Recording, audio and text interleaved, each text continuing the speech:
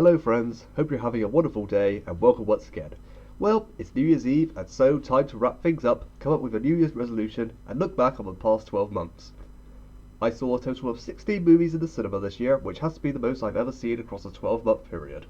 And so, what better to have with my last video of 2019 than discussing and ranking them all. I will start by addressing the elephant in the room. There are a lot of highly rated movies that most people saw and I did not consider seeing. So if you're going to shout at me in the comments saying, what about this film? Here are all the ones that you probably saw this year that I didn't.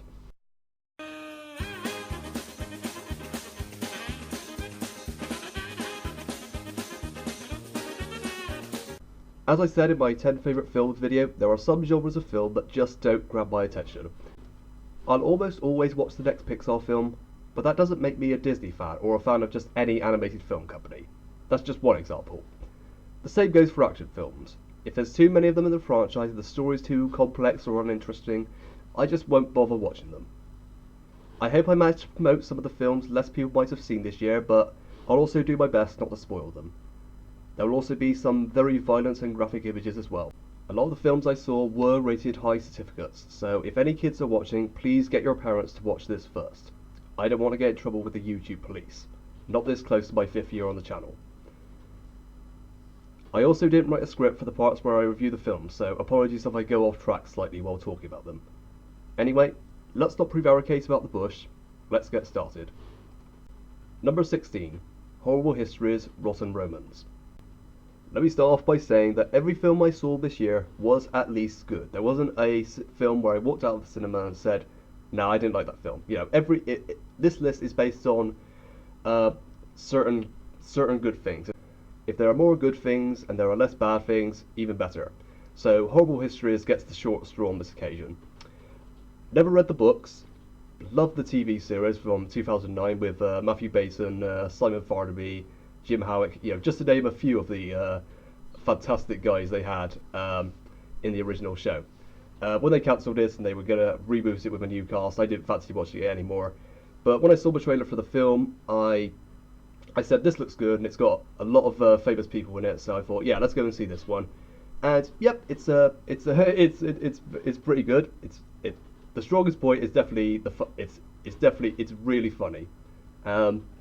Like Britain, we might never be able to make movies for Hollywood anymore, but we can make our British public laugh, and there are so many funny moments in this film. The disappointing thing was the famous people. Now, in fairness, they did allow the less well-known actors take center stage more, which is perfectly fine, and they were all good. But if you come in to watch the film to see Warwick Davis, Derek Jacobi, or Alexander Armstrong, you're going to be disappointed because they have very, very few scenes and not very much of a presence in this one. But Lee Mack and Nick Frost, they get a lot of appearances in this film, and they make me laugh. So that's amazing. Another weakness I have is it really doesn't feel like a Horrible Histories, an extended episode of the show.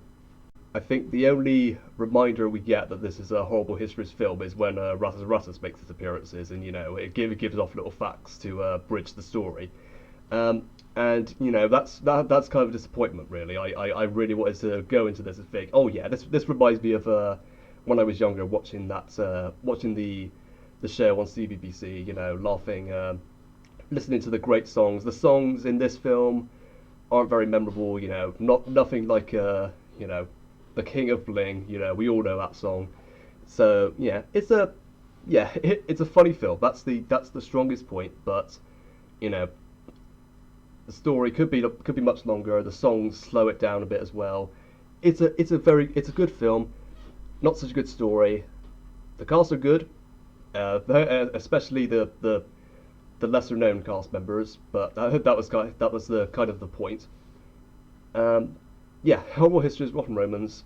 It was the lowest film this year, but still good. I would watch it again. No question. Now on to number 15, and I've gone with Instant Family. Now, okay. The thing that drew me in when I saw the trailer is how much of a comedy it looked like, and I was interested by the fact that it was based on a true story. And I'll say that first. The fact that it's a true story is, well, based is the operative word here. It's based on the director Shaun Anders, who adopted two children in real life with his wife, and he just wanted to make a story similar to that. And to be fair, that's pretty interesting. The thing is, though, it's not. I wouldn't. The first thing I A comedy isn't the first word I would use to name this film. You know, it's uh, it's not really it's not a family film, but it's one that brings people together. Really, you know, if by watching it, you know, Mark Wahlberg and Rose Byrne as the two parents, they're wonderful.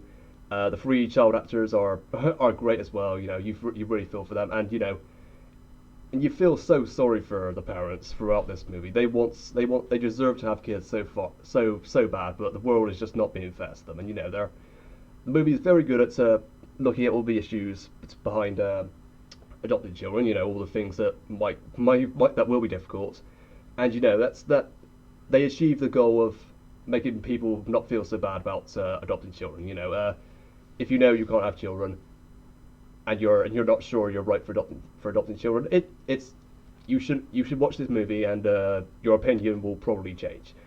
Other than that, it's the story. It could be better. It could be funnier. You know, it's a movie that once was enough for me. It was a good once, but I don't think I'd watch it that many more times.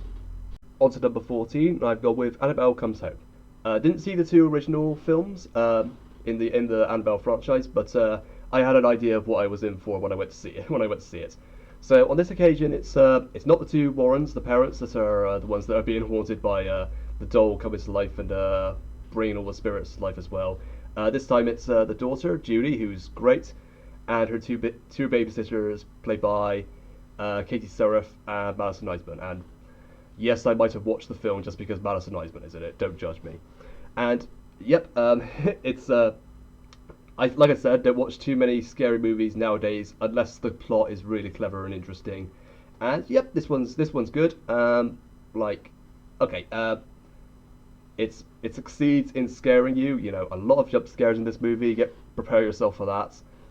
Loads of scary things that that will probably get to different people. I guess the one thing that annoyed me with the movie, which I guess is common in these kind of horror movies, is the really dumb decisions some of the characters make when they're being haunted. You know, sometimes you just go, oh, for heaven's sake, what if I was in that situation, I wouldn't do that. You know, I've got common sense, but that's like I said, that seems to be normal for horror movies. You know, you care about the three girls, you care about the boyfriend of Madison Iseman's character. You know, you hope they pull through and they manage to get rid of all the spirits and Annabelle, put her back in her cage. You know, and it's very intense.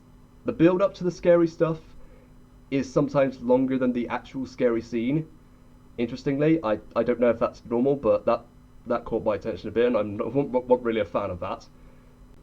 Would I say this movie got me interested in seeing the first two? Yep, absolutely. I think I would definitely tune into the other two and have a look out for them when in the future. But yes, Annabelle Comes Home, very scary, very intense. Good acting from the from the characters and actors. Annabelle Comes Home, very, very, very good. Number 13 now, and I've gone with Fighting with My Family. Another movie that's is based on a true story. I had quite a thing for this year, for films like that this year, and again, this was one that I saw the trailer and I was like, oh yeah, gotta see that. And yeah, not surprising really, because I have shown no interest in wrestling or boxing in my life. You know, it's not something that grabs my attention as much. But the thing that's great about it, the thing that drew me in was it's funny. You know, they added a lot of funny lines, funny moments in it, and it's okay. It's definitely not a comedy, but it makes you laugh, and I guess that's what draws more people in, because it did with me. And so it's the true story about how Paige. I'm sure you you might have heard about that wrestler from the UK who managed to get into the WWE, and she's been made a fan of the WWE throughout her life by her parents, and so has her older brother Zach. And I think you can probably tell based on the title of the movie what this movie's about. Yeah, Paige gets through. Paige is promoted to the training for the WWE, and Zach isn't. And it's a contrast between Paige's struggles through getting trained, and Zach losing the opportunity he's been wanting all his life.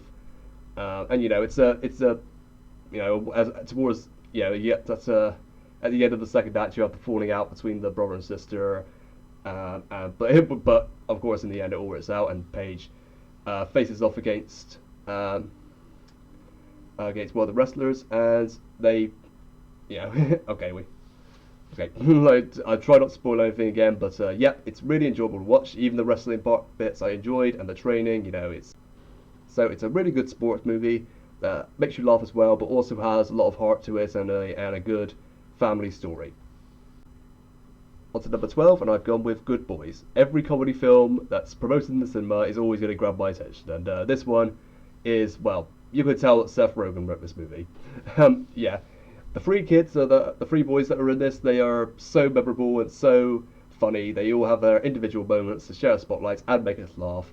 I don't feel like any one of them could have been more developed. And each one of them, the thing that's very good is they all go on their individual journey. By the end they've learned something, they've experienced something, and you feel empathy for all of them. You feel all the situations they get into are just absolutely ridiculous, but you love every moment. Every single moment has at least one really funny moments, and like I said, the situations are ridiculous, but you don't want to believe in this kind of movie. Don't look for accuracy for this kind of movie. Yep, really funny film.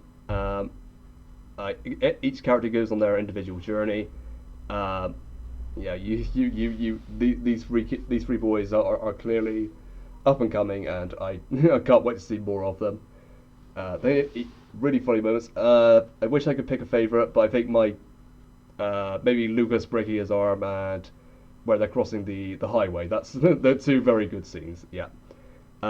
Favorite character has to be Lucas. His just made me laugh the most. Okay, Good Boys, good film. Right, number 11, and I've gone with Farmageddon, a Shaun the Sheep movie. I wasn't very surprised when they decided to make a sequel to the original film because it made so much money worldwide, having no dialogue and just having a really good story to go with it.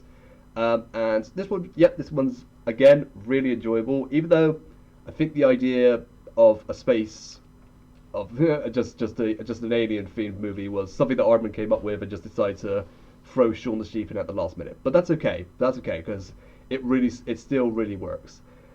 The one criticism I have is, okay, the opening feels almost exactly the same as the first movie. It's as if the first movie never happened, and you could get away with watching the first one first. And actually, that is kind of a good thing. But still, the opening really disappointed me. And okay, yeah, it's good that you can watch these two movies in either order. It won't matter really. I can assure you of that. So in the movie, it's the sheep find an alien who's landed called Lula, who's really cute, and it's like the lovely friendship they have with Shaun, and well, what can I say from there other than hilarity ensues because all sorts of funny goings on with aliens. The villain is really fun as well. Bitzer as usual, suffering all the misfortune. It's really funny. Do I expect this movie to make as much money worldwide as the last one? Absolutely. It's a story that kids will love, parents will love, all over the world, and I hope I hope this is Shaun the Sheep is definitely a very successful company franchise when it comes to worldwide sales, and I'm really looking forward to see if Aardman do any more of them. Good job, Aardman. Please make Chicken Run 2 good. I beg of you. We now go into the top 10. I'm going to start off with Detective Pikachu. Now, the only bit of Pokemon that had actually caught my interest was that short film before the first movie, Pikachu's Vacation. That was because that's really cute. I like seeing the Pokemon just not doing any fighting, just settling down and just enjoy and just taking a break from all the fighting. That's not something that interests me. And this film, the trailer was again something that caught my eye. The idea of Pikachu having the ability to talk and working with Justice Smith's character, who's really good. The story is very complex, I will admit, but still it's still enjoyable. I mean, you can get away with watching this film without actually knowing anything about Pokemon. If your friend really wants you to see it and you've never seen any of Pokemon, you don't know a clue about these characters. You could show this to them. I don't think they'd ask too many questions about it. It's very clear what goes on in Pokemon from this movie. It's the lot of great action, great to see all the different Pokemon, and the villain and his son are great, really enjoyable. The two, Justice Smith, as I said, and Catherine Newton. I would probably watch a bit more Pokemon after this, and I think the animation for all Pokemon looks really good, and I think Pikachu looks cute. Well, when doesn't he? Yeah, I love very good film, Detective Pikachu, and this is coming from a Pokemon fan, and I would watch more Pokemon just after watching this film. So good job. Number 9, Ready or Not. Okay, I warned you kids. There is some stuff you probably wouldn't like to see in this, so look away now. I did warn you. Okay, so very gory and chilling movie. Samara Weaving, who liked my tweets, who liked my comments on her Instagram post when I said how good the film was. Thank you, Samara. So let me start. I'll start off with a talk about the story and about this woman called Grace who marries into this new family. And as a tradition, they play a game together where a new family member joins them, and they have to and that's basically it. Well, or so we think, because because she pulls out the card that says hide and seek, and unfortunately now she's in a position where the family have to find her by sunrise and kill her. Well. Okay, that concept alone just drew me in straight away. Like, I've got to see how this works out. And again, not gonna spoil anything. It's like the violence is incredibly hard to watch at times. It made me feel uncomfortable, I will admit. But you feel hopeful for Grace. You're hopeful that she's alright. She goes through a lot of this movie, which is very tough to watch.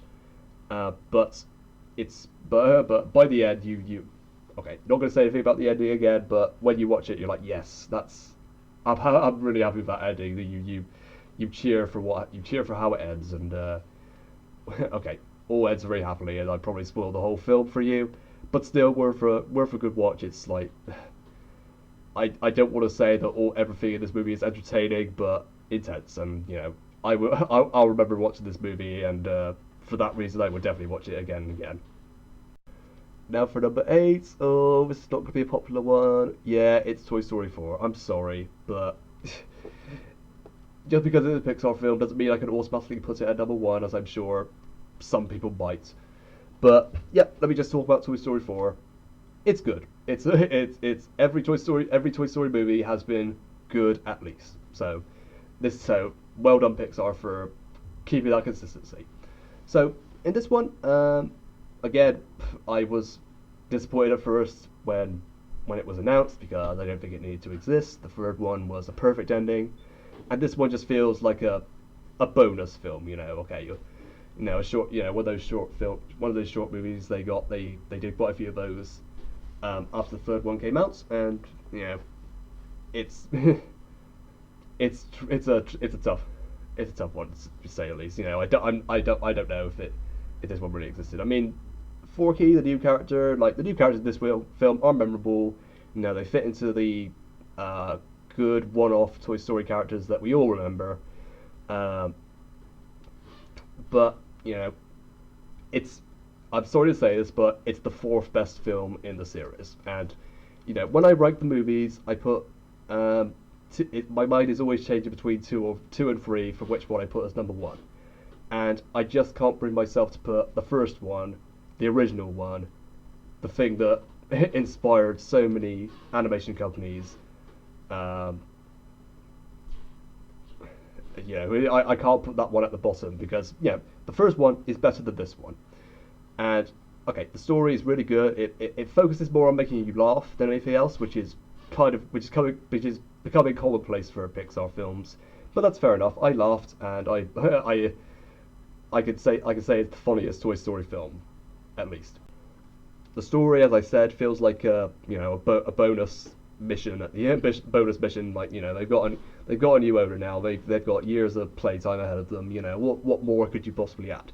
Well, what you can do is, which I really liked, is they could wrap up the Bo Peep story. She's back, and we've had an explanation for why she wasn't in the third movie, and she reunited with Woody. And even though they don't have as much chemistry in the first two films, they have a lot more here. But then we get to the ending, which, okay, I think most people who are watching this video now have seen this movie, and you probably know how the movie ended. And it caught me by surprise, to be honest, because there wasn't really many hints that Woody would make the choice that he does. Again, to try to do my best not to spoil this, but it surprised me, and for that reason, it kind of makes it fit into that. It kind of makes it more memorable by doing that, and even though it's a decision that Woody makes that I'm not sure was one that we expected or we wanted or we thought made much sense, based on everything. The new characters, as I said, are good. The new elements are good. I'm using that. Good is the only adjective I have in my head right now to describe this movie. It's not great in this movie, but number 8 I think is it's exactly in the middle, isn't it? So in that regards, it must be that good. But and it is an average movie. It's right there in the middle. It's the fourth best movie. By that meaning, that makes it the worst. But I would watch it again. It fits into the classic Toy Story story. But did it need to exist? No. Did it add much? No, as well. Number 7. Yep, I put this one above Toy Story 4. Sue me. Yep, it's Happy Death Day to You. Okay, as I said in my top 10 videos, I saw this movie the day after seeing the first one for the first time, which worked out really well because everything was fresh in my mind, and it felt like it's weird how it's a weird feeling watching a movie the day after a movie that came out 2 years before it, and that's one really good thing about it is the consistency they kept it as, it still, even though it took place 2 years ago, it still feels like it's taking place. It still feels like it took place right after the events of the first movie. Now, okay, the thing that makes this list a bit unfair is there were movies I only saw once and some movies I only saw twice. And for Happy Death Day to You, I saw this one twice, and actually the second time I saw it, I thought, oh yeah, there is a lot of really good stuff in here, and I remember it more. So yeah, let's get into it. Okay, Jessica Rothe is back, and she's as Tree, and she is just as wonderful as ever. That role is. It's hers, and I hope she has that as her main credits for years to come because she makes that character so memorable and so lovable by the end of both movies. So she's one of my favorite characters for sure. So okay, in this one, how in the first one they pointed out what the movie is very similar to. They said how it was Groundhog Day. In this movie, it's pretty much based on Back to the Future. And and again they point that out for you, interestingly. So by that regard, you think, wow, that sounds almost like a completely different movie. And yes, it is in places. There's lots of new stuff in here that at first I didn't warm up to it that much, but after a second viewing, I was like, oh yeah, this does make for a better sequel. There are some movies where you make a sequel and you feel, well, that's really just a repeat, but and that wouldn't have worked for this film. But by adding new stuff, you advance the story, you improve it, you extend it, and you give it all the new stuff. Makes more memorable stuff, and that's what's great about it. Um, of course, if by Back to the Future Part Two, you probably get the idea of what happens here. Tree is now in an alternate dimension where everything is different,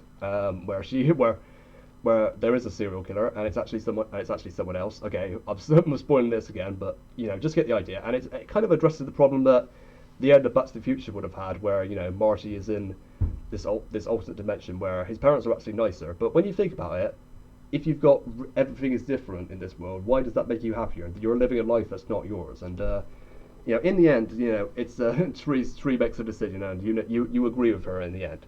And how their relationship with her relationship with Carter. I mean, you wouldn't really have believed it after the second movie because technically they only knew each other for a day.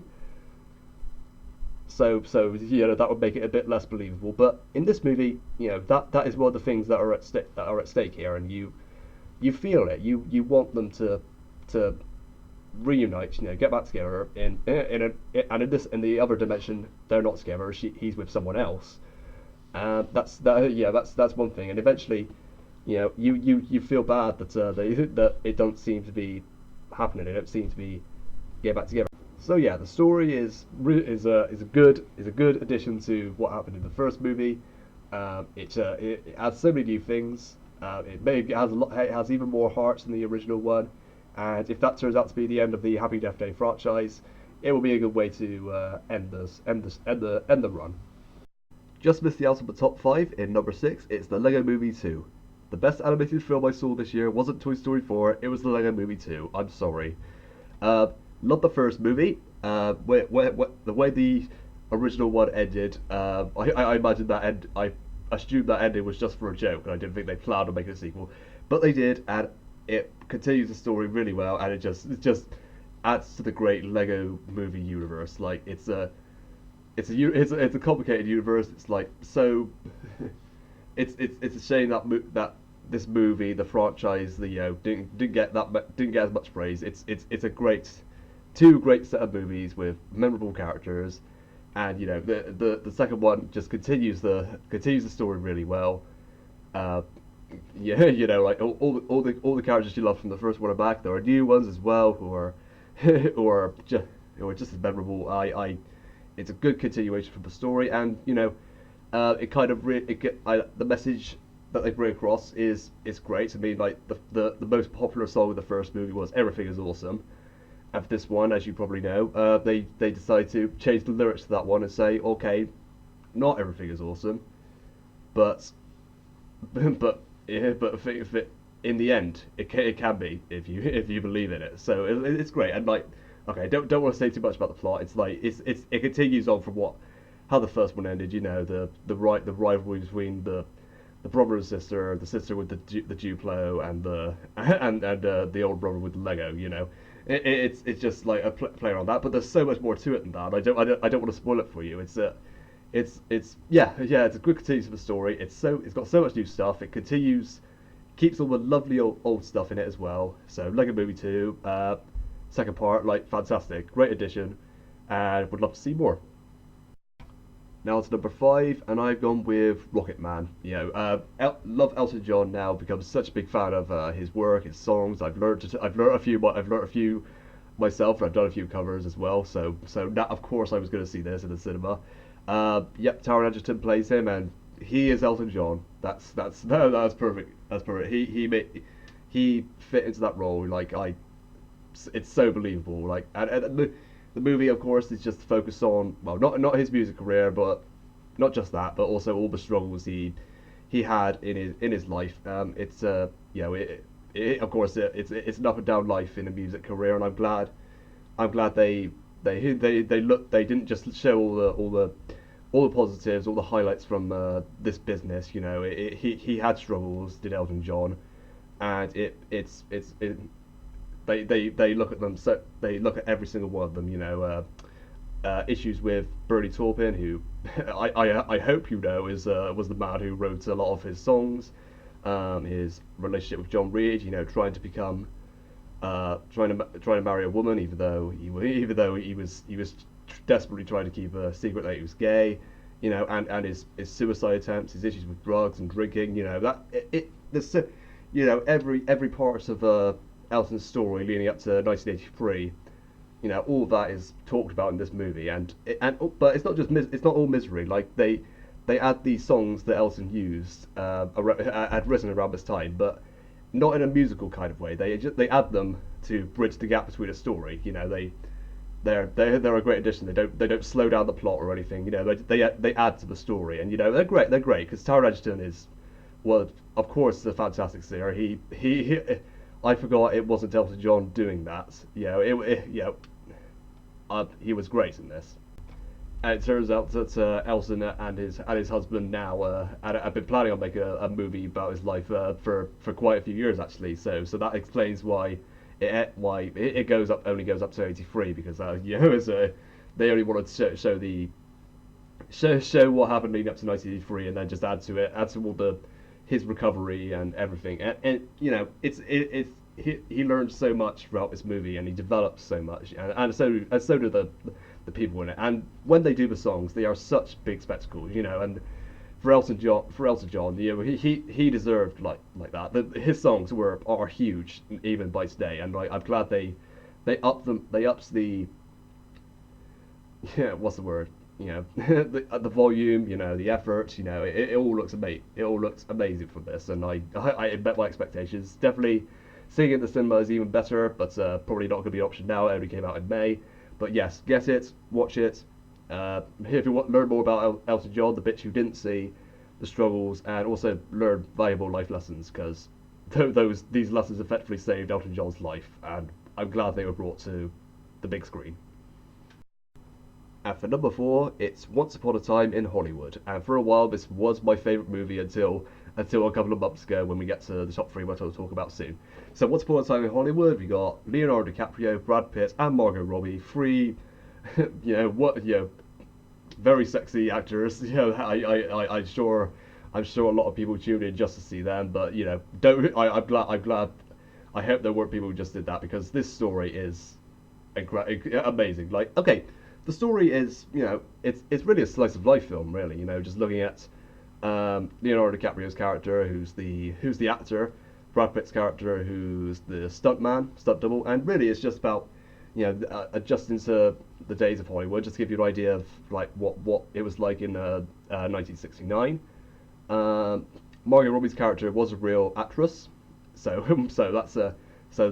it's a mix between fictional characters and non-fictional characters, real people, and it really works. I mean, and I'm glad I'll explain in a minute why I'm glad they didn't just copy what things that happened in real life because. But yeah, Leonardo DiCaprio's character is great. Brad Pitt's character is great, and they both go off doing their own thing. I thought it was just going to be all about their acting work, their film work, not a slice of life. But Once Upon a Time in Hollywood, it's not just about Hollywood. It's the life around it as well. There's the stuff they do besides their job, and there's some really interesting stuff here. Well, the stuff they get up to, Brad Pitt's character probably the most interesting. He probably does the most in this. And okay, when we get to the ending, my heart was not ready for that kind of moment.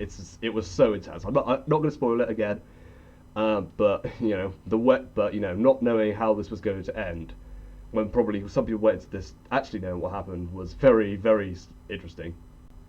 And when I got back from seeing it, I couldn't resist just researching like how much of this story was true, and I found out what actually happened on the nights where the movie ends, and let's just say it don't end quite as the way we wanted compared to what happened in the film. But I'm glad they didn't choose to copy what actually happened. Out of respect for the people who were affected by it. It was all horrible events in the end. So prepare yourself for a gory ending. Well, it's an 18 film, so you probably watched that knowing this. So two great characters. Okay, one issue, very slow paced. This is what divided quite a few critics about the film is how there were moments where things slowed down or just very, very little action, and I guess that's. And I guess that would draw a few people away, but it made the film longer, and I I didn't really need a film that was that long really, but it leads it. It's slow paced, but it builds up to really interesting stuff. There. I didn't doze off, didn't get bored during the film. Like, look at my watch and wonder when this was going to end. No, it's a bit slow, but that's kind of the pace we had in the sixties. They really good. They were really good at giving you the idea of life in the sixties in Hollywood, and they say the end of the golden era of Hollywood. So very different to the days we have now. So yeah, well, very good. Once upon a time in Hollywood. Yeah, as I said, my favorite for a long time until we got to the three awesome movies that I'm going to talk about now. And for number three, I have gone with Ford versus Ferrari, or Le Mans '66, as it was named in the UK. But I prefer the latter, Le Mans '66. That's what it was more about. You can't have Ford versus Ferrari and have 95% of the film be about Ford. Okay, that's the end of that. I prefer that name. Yep, another true story movie I went to see this year. Again, made extra sure I didn't research what happened. I think I'm really glad I did, because that makes the movie even better. So we look at the relationship between Carroll Shelby and the designer and engineer and former racing driver, and Ken Miles, the driver. And of course, this was gonna, Rush is my favorite movie of all time. Of course, I was gonna see this. I knew I was when I saw the the advertisement on the side of a bus. Of course I was going to watch that. And and like, okay, the thing, and it's really great. The racing stuff is fantastic, as expected. The stunt drivers were good. Interestingly, my favorite part of the whole movie wasn't actually the racing. It was the quote unquote fights between Shelby and Miles, which is had all of us in the cinema laughing, because of how ridiculous it looked. People say it's a bit people. Okay, so at times a bit slow, but that's the kind of move. That's the thing about Le Mans the 24 hours of Le Mans race. It's an endurance race. It's not a sprint at all. It's a long race, and there will be times where things are going a bit slow and not really happening, and there isn't so much happening, and it's great. The two leads are great. The additions are great. With Ford and the rivalry between them and Ferrari. I'm glad I recognised a few racing drivers' names in there: Bruce McLaren, Denny Holm, Bandini, Gurney. Those names, I recognise those. One thing I think I could have done without is maybe less scenes with Ken Miles' wife and son. They it makes sense to include them because of how it all were. Because of how close things were and how much of an effect that has on the overall plot.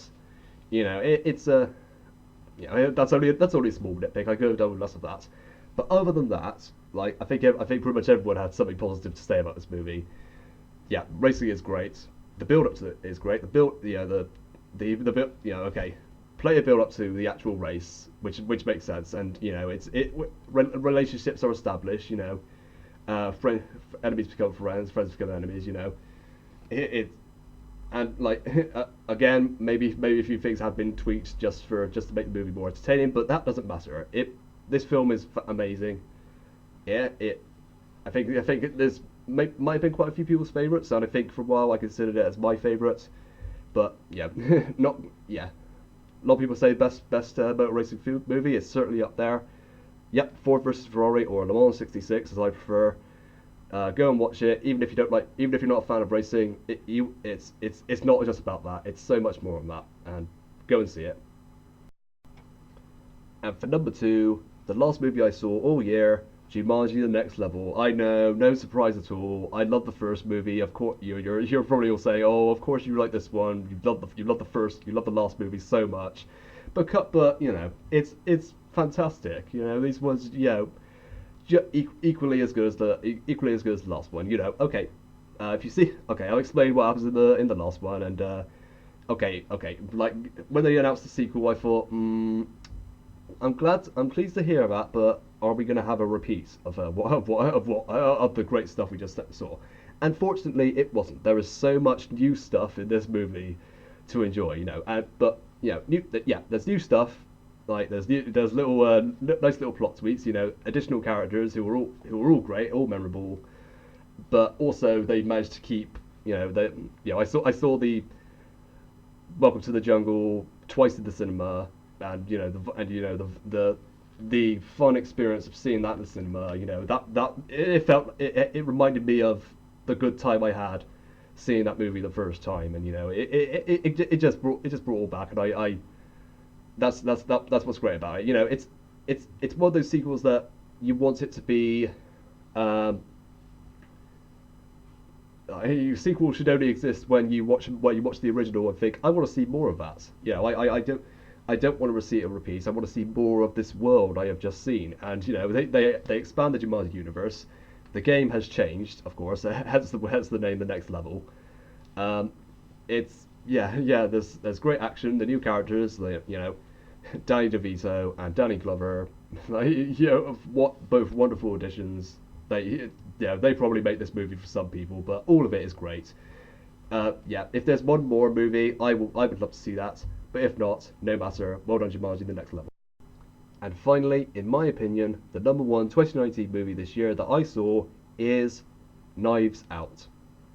And the top three movies I saw this year were all the last three movies I saw this year. But until I saw Knives Out, I wasn't sure which movie I would pick as my favourite. But when I saw Knives Out, I was like, yes, this is my favourite movie this year. And always been a fan of murder mysteries, as you know from Murder on the Orient Express. And it's a great twist on the murder mystery name. It's a new idea for it, and it's something that might bring more people into the idea of that. Want to make more movies about that, and that'll be good. So we have Daniel Craig as Benoit Blanc doing a wonderful American accent, and it was it was so good I almost forgot that it was a put-on voice, and he was Benoit Blanc, such a memorable detective, and I would love to see more of him, but we'll have to wait and see. And the story is great. The mystery is so complex. The so many things that you really have to pay attention when watching this movie. And people say how the second time by you notice new things, and like each time you watch it, it's basically the same as Murder on the Orient Express. Watch it a second time, watch it more times, you'll notice more things, and that I think is great. One of those kind of murder mysteries.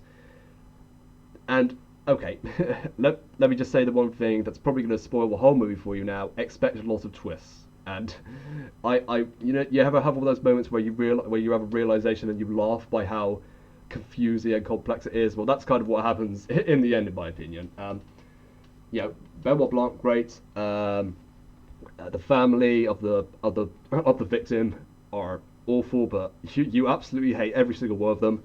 But that's the point, And okay, thing about it is, it's not a comedy. It's not a comedy at all. But it's still really, really funny. I won't call it a comedy as in a parody of the whole murder mystery thing. But it also knows it's a drama as well. They make us care about the mystery. They make us want to find out what's going on, but you make us care about what's going on and the characters. And understand the seriousness of the situation. And certain comedies don't do that. So that's why Knives Out is a comedy drama. It's a perfect mix of the two. The characters are memorable. The story is really complex and interesting.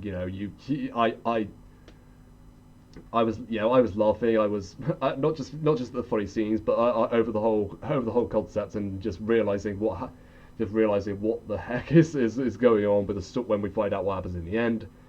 And so it's Knives Out, absolutely amazing. And it sucks that I've just done a top 10 favorite movies video, because this would have been in there. I'm sure of that. And so might just go and update it sometimes.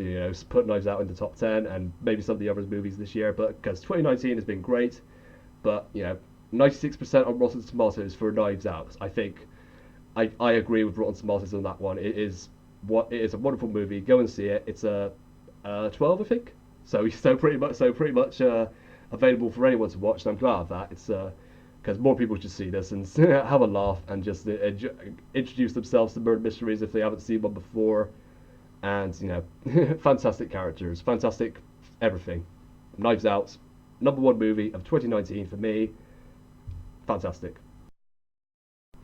So there we are, all 16 movies I've seen this year ranked from worst to best.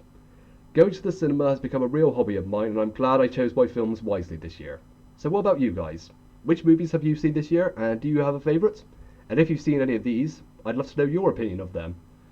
Thank you to all my subscribers for being so supportive this year. It's been a decent year for videos, and I hope to make even better ones in 2020. Happy New Year, everyone.